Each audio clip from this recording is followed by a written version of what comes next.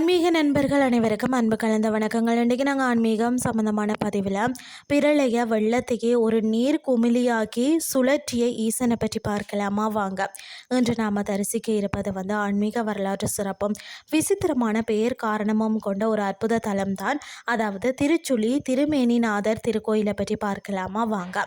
அதாவது இந்த பெயர் வர காரணம் என்னன்னு சொல்லி பார்த்தீங்கன்னா, உலகையே அச்சுறுத்தும் பிரளய வெள்ளம் சூழ்ந்த போது கூட அகிலத்தை காக்க சிவபெருமான் ஒரு திருவிளையாடலை நிகழ்த்தினாராம். ஆர்ப்பரித்து வந்த மகா வெள்ளத்தை தடுத்து நிறுத்தி அதை ஒரு சிறுநீர் குமிழியாக மாற்றினாராம். அப்படி மாற்றிய குமிழியை தனது திருவிரலால் நிலத்தில் ஒரு சுழியாக அழுத்தி அந்த வெள்ளத்தையே பூமிக்குள்ளே ஒடுக்கிய தலம் தான் இது. ஈசன் வெள்ளத்தை சுழியாக ஒடுக்கியதால் தான் இந்த திருத்தலத்திற்கு திருச்சுழி என்று திருநாமம் அமைந்ததாம்.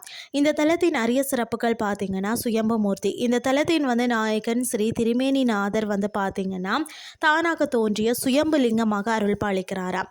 பஞ்சு போல பறக்கும் பாவங்கள், அதாவது நாம தெரிந்தும் தெரியாமலும் செய்த பாவங்கள் அனைத்தும் சுழல் காற்றில் அகப்பட்ட பஞ்சு போல இந்த தலத்து இறைவனை வணங்கிய மாத்திரத்திலேயே காணாமல் போய்விடும் என்பது ஐதீகம்.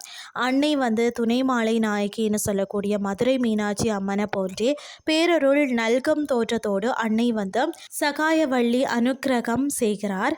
அது மட்டுமில்லாமல் சுந்தருக்கு கிடைத்த தரிசனம். நாயர்மார்களில் ஒருவரான சுந்தரின் கனவுல தலையில குடுமியும் கையில பொன்னேந்திய இளைஞனாகவும் தோன்றி ஈசன் காட்சி தந்த வரலாற்று தலமாகவும் இது இருக்கிறது. வாழ்க்கையின் சுழல்களில் சிக்கி தவிப்பவர்கள் பிரளய வெள்ளத்தையே சுழியாக மாற்றி ஒடுக்கிய திருமேனிநாதரை சரணடைந்தால் நம் துயரங்கள் அனைத்தும் சுவடு தெரியாமல் மறைந்து போகும். இன்றைய ஆன்மீகம் சார்ந்த பதிவு உங்களுக்கு பிரயோசனமாக அமைஞ்சிருக்கும்னு சொல்லி நானும் நம்புகிறேன்.